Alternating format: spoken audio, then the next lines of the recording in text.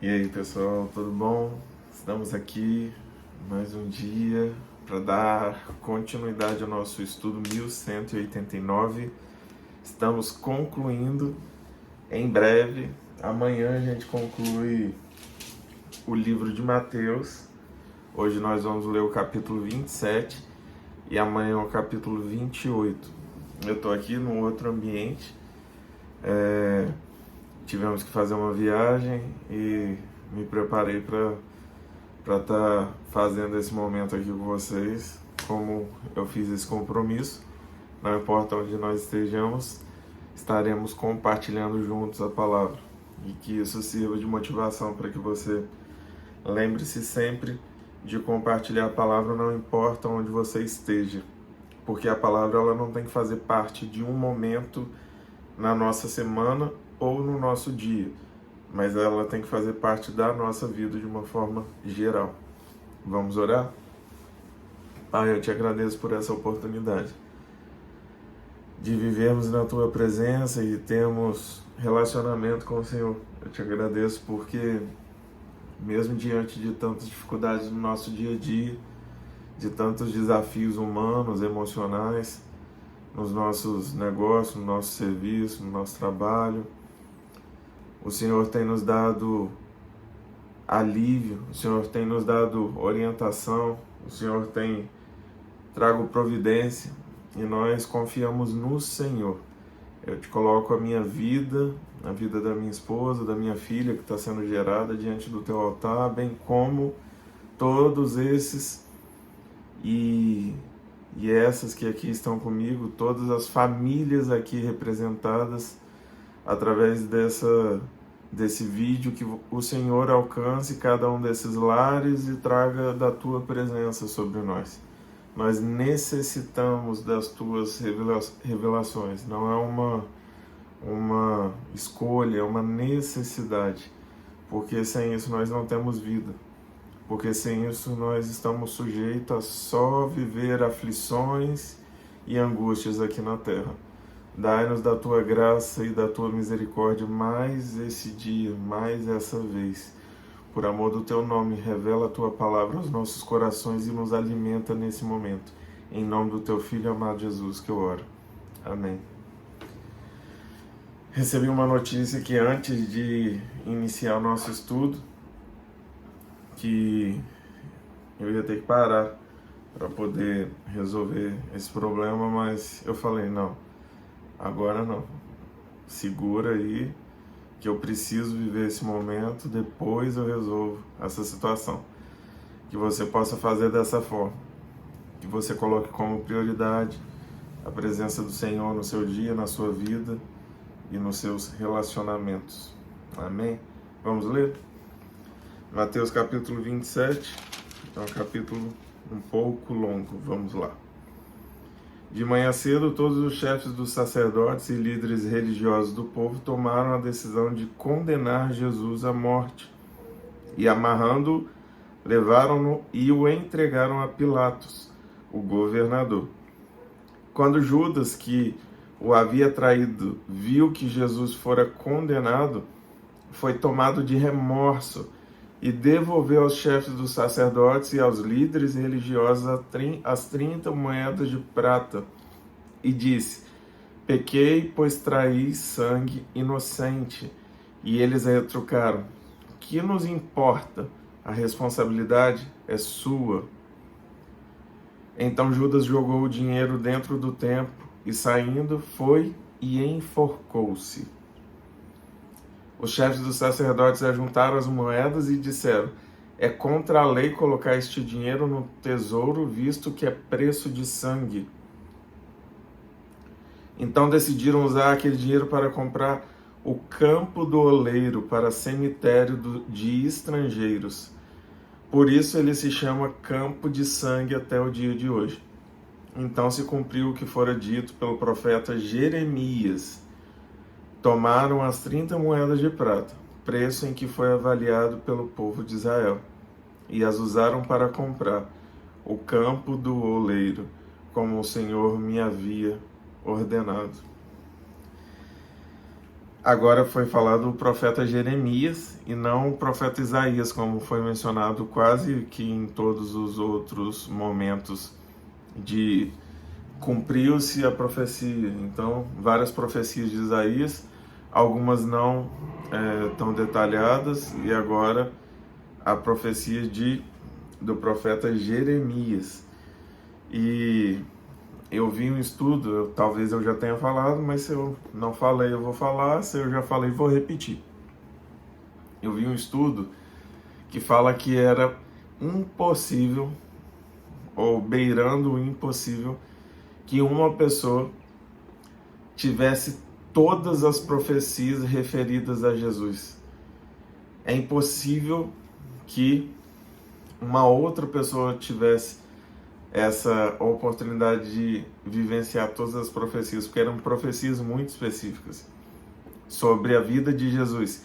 Se cumpriu todas as profecias que foram citadas a respeito do Messias, das maiores às menores. E mesmo assim, eles duvidaram.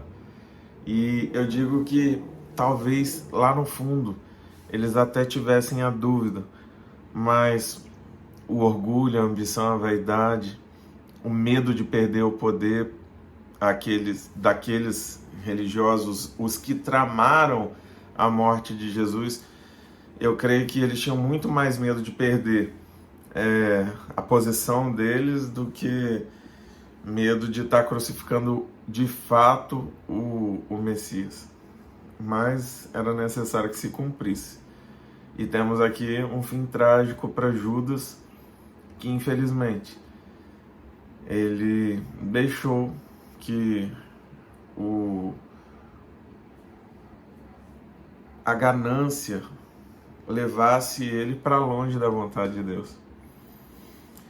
Eu entendo que poderia ter acontecido de outra forma. Talvez se ele tivesse se arrependido e voltado atrás antes de entregar Jesus, ele não tivesse vivenciado essa experiência tão horrível. Ou melhor, talvez até ele tivesse experimentado a traição, mas talvez se ele tivesse se voltado para o Senhor e pedido perdão, assim como Pedro teve a oportunidade de ser perdoado, ele também teria. Seja como for, a gente nunca vai saber. Talvez lá no céu a gente faça essa pergunta. Será que se Judas tivesse pedido perdão, o Senhor teria feito uma fogueira, assim como fez para Pedro, para perguntar: tu me amas 3 vezes, para perdoar os 3 nãos que Pedro deu? Será que o Senhor teria voltado e falado: eu te perdoo? Não sei. Mas eu acredito que sim. Porque essa é a índole de Jesus. Ele deixou comprovado. Ele fez isso por um, então ele está disposto a fazer por todos nós. E ele fez. No final das contas, o castigo que nos traz a paz estava sobre ele. E pelas pisaduras dele, nós somos sarados, nós somos curados.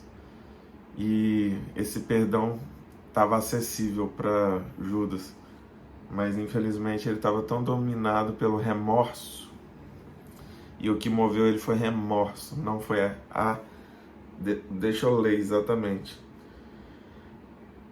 Foi tomado de remorso e não arrependimento, é diferente. Remorso é peso, é cometer um erro e ficar: poxa, não devia ter feito.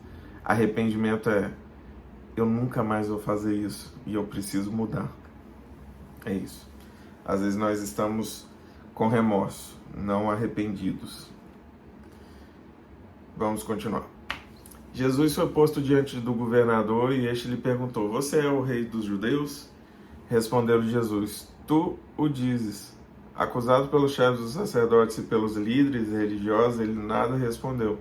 Então Pilatos lhe perguntou: você não ouve a acusação que eles estão fazendo contra você? Mas Jesus não lhe respondeu nenhuma palavra, de modo que o governador ficou muito impressionado. Por ocasião da festa, era costume do governador soltar um prisioneiro escolhido pela multidão. Eles tinham naquela ocasião um prisioneiro muito conhecido chamado Barrabás. Pilatos perguntou à multidão que ali se havia reunido: qual destes vocês querem que lhe solte? Barrabás ou Jesus, chamado Cristo? Porque sabia que havia entregado por inveja. Nossa, porque sabia que o haviam entregado por inveja. Pilatos percebeu que não havia nada que justificasse a morte daquele homem, a não ser inveja. O motivo da crucificação de Jesus não é porque eles não viam o Deus por trás de tudo que estava acontecendo e a testificação do Messias, mas inveja. É perigosa a inveja. Estando Pilatos sentado no tribunal, sua mulher lhe enviou essa mensagem: não se envolva com este inocente, porque hoje, em sonho, sofri muito por causa dele. Mas os chefes dos sacerdotes e os líderes religiosos convenceram a multidão a que pedisse Barrabás e mandasse executar Jesus. Tinha um termo que eu, desde o início que eu estava tentando lembrar, que era usado para pessoas que lutavam a favor da liberdade dos judeus. É tipo... eu vou lembrar. Em resumo, Barrabás, pelo que eu já estudei e ouvi de outros que estudaram, ele era uma pessoa que estava junto com outros tentando libertar os judeus do domínio de Roma. Pilatos não era judeu, Pilatos era o governador romano instituído por Roma para comandar a região ali de Jerusalém e todo o Israel, consequentemente. E ele, ou pelo menos aquela região, não sei qual era a totalidade do território que ele tinha domínio, mas ele era um governador. Então eu creio que seja todo Israel que foi dominado. Logo, Barrabás era tipo a resistência. Vamos usar essa palavra. Barrabás era a resistência dos judeus. Por isso que eles colocam que Barrabás foi fácil de convencer os judeus de soltar ele. A gente vai soltar esse cara ou vai soltar um que luta por nós, que é Barrabás? Entendeu? Então, seria isso. Gente, a palavra tá vindo na mente, eu não consigo falar, pelo amor de Deus. Eu vou pesquisar e vou falar. Até o final eu vou falar. No The Chosen aparece falando deles, falando dessas pessoas que lutavam pela liberdade dos judeus, entendeu? Gente, vou lembrar.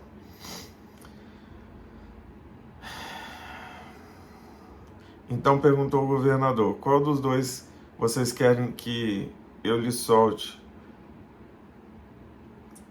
Então responderam eles: Barrabás. Perguntou Pilatos: que farei então com Jesus chamado Cristo?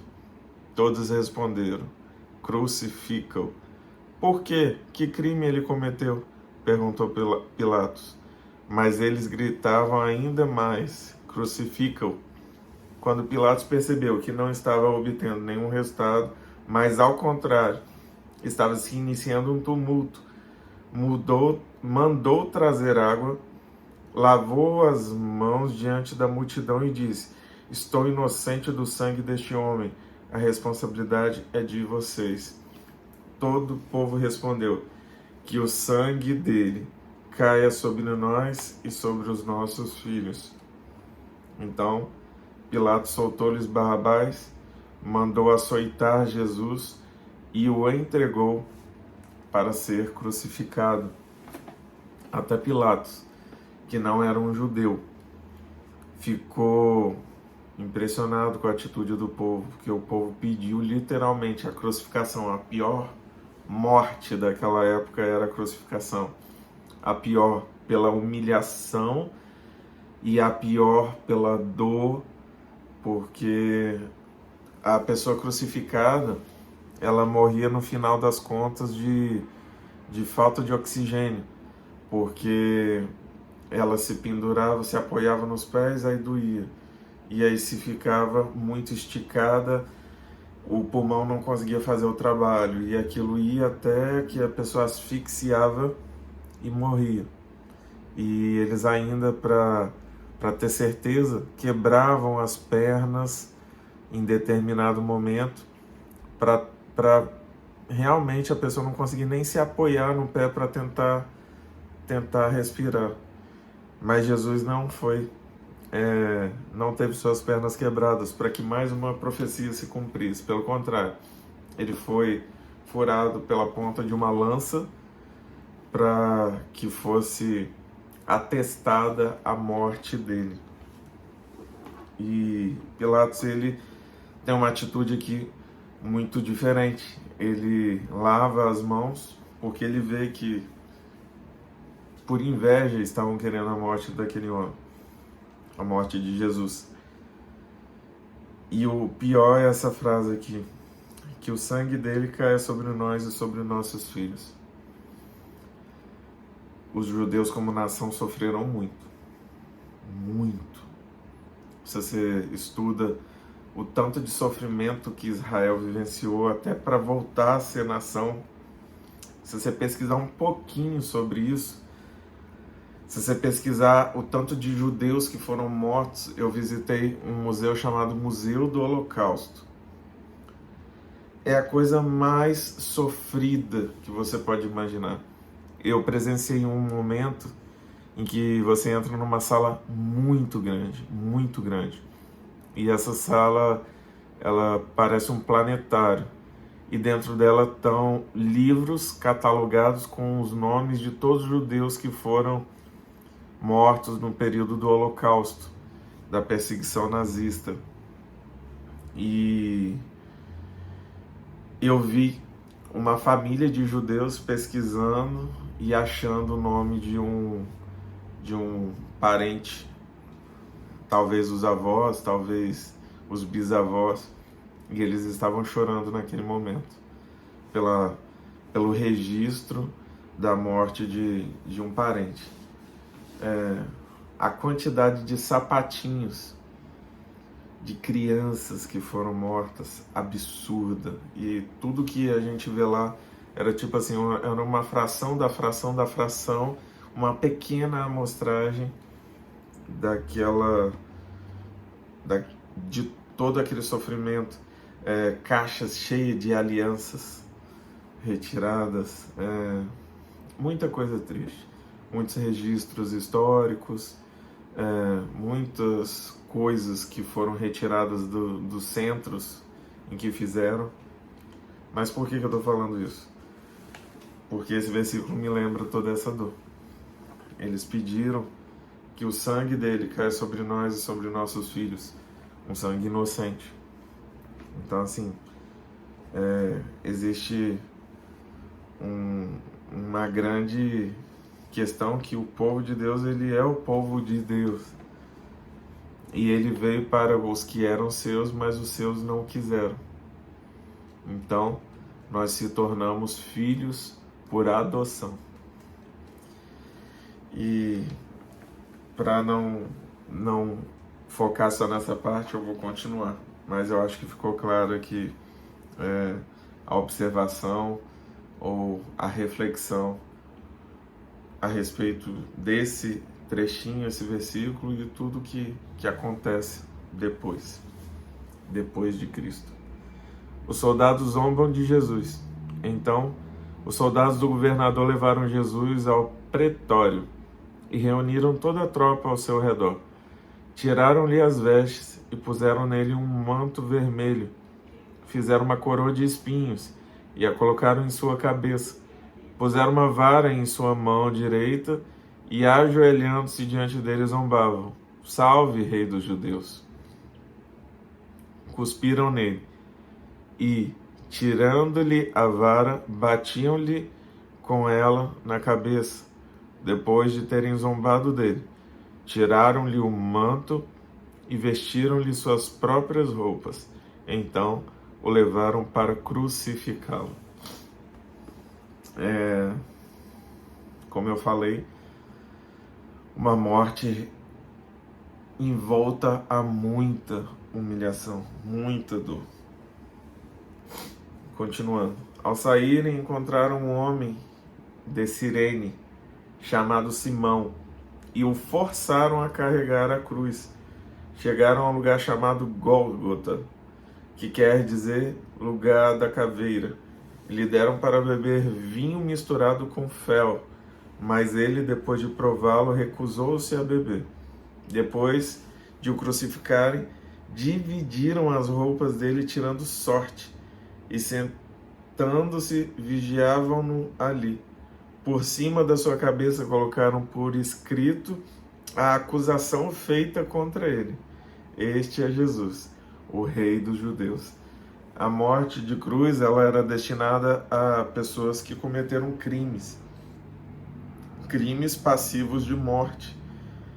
E o crime era escrito numa placa, e essa placa ficava acima da cabeça, para que todos soubessem o motivo pelo qual aquela pessoa estava morrendo.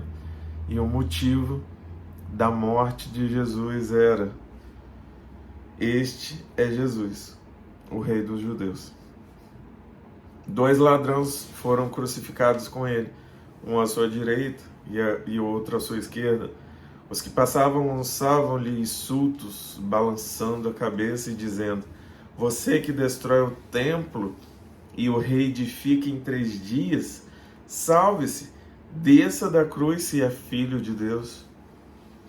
Da mesma forma, os chefes dos sacerdotes, os mestres da lei e os líderes religiosos zombavam dele, dizendo: salvou os outros, mas não é capaz de salvar a si mesmo. É o rei de Israel, desça agora da cruz e creremos nele. Ele confiou em Deus, que Deus o salve agora, se dele tem compaixão, pois disse: sou filho de Deus. Igualmente, o insultavam os ladrões que haviam sido crucificados com ele. Como eu falei, muita humilhação. Gente, o que Jesus vivenciou foi emocionalmente, fisicamente e espiritualmente impossível de se vivenciar. Uma dor, uma humilhação, uma tristeza, e o pior, a gente ainda vai ler, vai piorar, infelizmente. E houve trevas sobre toda a terra, do meio-dia às 3 horas da tarde. Por volta das 3 horas da tarde, Jesus bradou em alta voz: Eloi, Eloi, lama sabachthani, que significa: meu Deus, por que me abandonaste? Infelizmente, naquele momento, eu estava conversando com um amigo chamado Rian, e ele me falou, eu ouvi numa pregação que quando Jesus disse: Deus meu, por que? Deus meu, por que me abandonaste? Tinha um propósito, porque em todo momento Jesus orava ao Pai. E nesse momento de dor, ele orou: meu Deus. E ele falou: meu Deus, por que me desamparaste, para que depois eu e você pudéssemos orar: meu Pai, que está no céu. Para que nós pudéssemos chamar o nosso Deus de Pai, Jesus teve que se afastar dele, mesmo sendo filho unigênito, primeiro, mesmo sendo o único, unigênito, é o primeiro e único. Deus entregou a maior preciosidade dele por mim e por você. E Jesus teve que experimentar pela primeira vez a separação da conexão com o Pai dele. Essa foi a pior parte. Foi pior do que todo o resto. porque pela primeira vez ele sentiu sobre si o peso do pecado, coisa que ele nunca havia sentido. E não era pecado dele, era o meu, era o seu. E além disso, Deus teve que se afastar ou virar o rosto, de alguma forma deixá-lo vivenciar aquele momento de dor sozinho. E Jesus sente esse desamparo. Quando alguns dos que estavam ali ouviram isso, disseram: ele está chamando Elias. Imediatamente um deles correu em busca de uma esponja, embebeu-a em vinagre, colocou-a na ponta de uma vara e deu a Jesus para beber. Mas os outros disseram: deixa-no, vejamos se Elias vem salvá-lo. Depois de ter bradado novamente em alta voz, Jesus entregou o Espírito. Ele gritou 2 vezes: Deus meu, por que me desamparaste?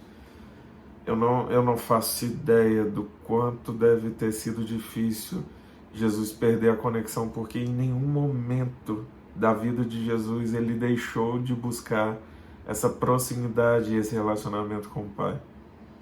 Ele tinha uma conexão constante com Deus. E nós passamos momentos na nossa vida de, às vezes, frieza espiritual, de orar e de não ouvir, de não sentir, de não entender, de buscar e não achar. E é desesperador você querer uma resposta de Deus e essa resposta não vir, ou não conseguirmos ouvir. E de uma forma muitíssimo maior foi o que Jesus experimentou naquele momento. O que nós temos muitas vezes, é apenas uma fração, um milésimo daquilo que Jesus experimentou, desse silêncio. Naquele momento, Jesus entregou o Espírito. Cara, é muito louco isso.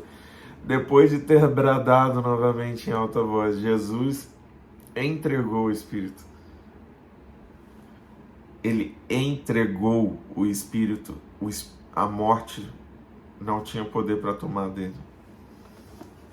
Foi ele que entregou.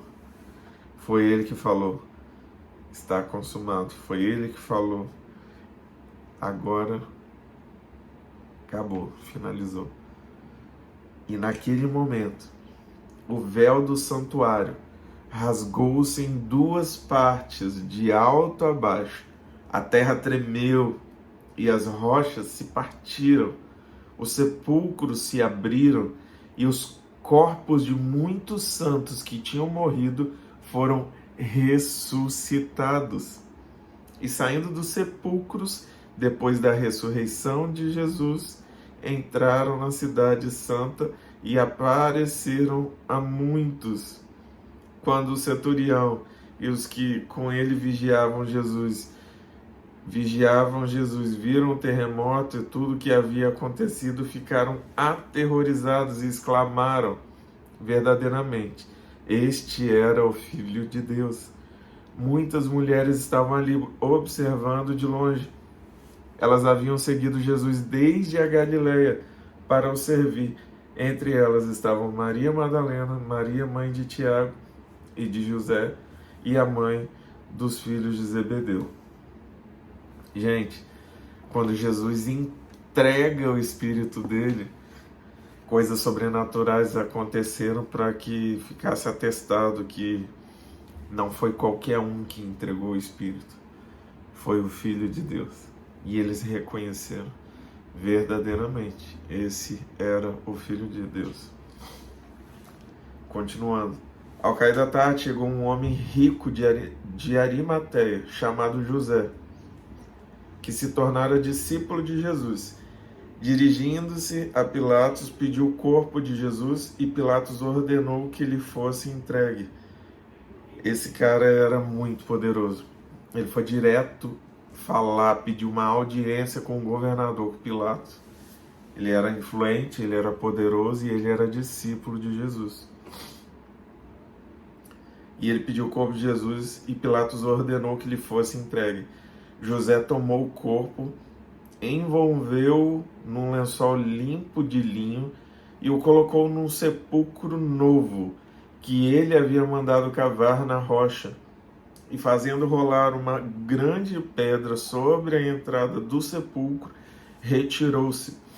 Maria Madalena e a outra Maria estavam assentadas ali, em frente do sepulcro. Quando fui a Jerusalém, eu visitei o jardim do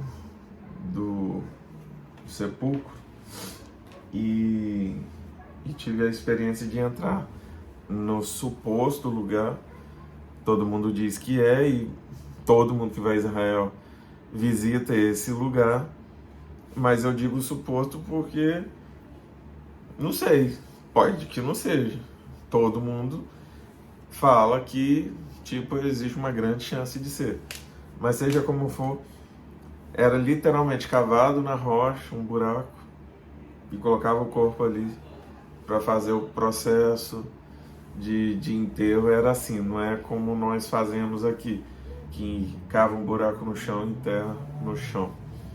E aí eles colocam uma pedra grande na entrada. E por isso que está relatado dessa forma. Uma pessoa muito influente, muito rica, criou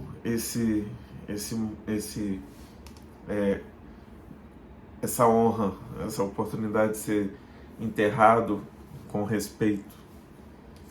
E é interessante porque se não fosse assim, ele talvez seria colocado no meio de um buraco com muitas outras pessoas, com muitos ladrões. Eu não sei se seria tratado com respeito. Eu creio que não seria. E é interessante porque Deus permite que nós vivenciemos histórias e a gente não entende, mas tudo que Deus nos dá é para um propósito. Quando esse José de Arimateia entra na vida de Jesus como um dos discípulos, havia um propósito para a vida dele. E ele não é mencionado em nenhuma outra parte. Ele é mencionado nessa parte, nesse momento. Ele foi lá e serviu com o que ele tinha de melhor. Que você e eu possamos servir com o que nós temos de melhor. Que nós possamos entregar o nosso tempo, os nossos recursos, a nossa capacidade, a nossa inteligência, as nossas habilidades. Que nós entreguemos o nosso serviço, a nossa empresa. Que tudo renda honra e glória ao nosso Deus. Continuando. No dia seguinte, isto é, no sábado, os chefes dos sacerdotes e os fariseus dirigiram-se a Pilatos e disseram: Senhor, lembramos que enquanto ainda estava vivo, aquele impostor disse: depois de 3 dias ressuscitarei. Ordena, pois, que o sepulcro dele seja guardado até o 3º dia, para que não venham os seus discípulos e, roubando o corpo, digam ao povo que ele ressuscitou dentre os mortos. Este último engano será pior do que o primeiro. Levem um destacamento, respondeu Pilatos. Podem ir e mantenham o sepulcro em segurança como acharem melhor. Eles foram e armaram um esquema de segurança no sepulcro. E além de deixarem um destacamento montado guarda, lacraram a pedra. Uau! Uau! Uau! Eu nunca havia lido assim. Eu já li esse texto, mas é muito bom reviver esse momento. Gente, um destacamento de Roma. Não eram judeus, eram romanos. Fizeram guarda na porta do sepulcro. E além disso, eles lacraram aquela pedra. Eles inviabilizaram qualquer remoção daquela pedra.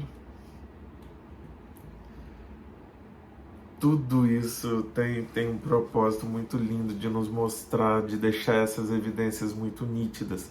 Mateus, ele escreve com muita qualidade, com muita atenção a esses detalhes.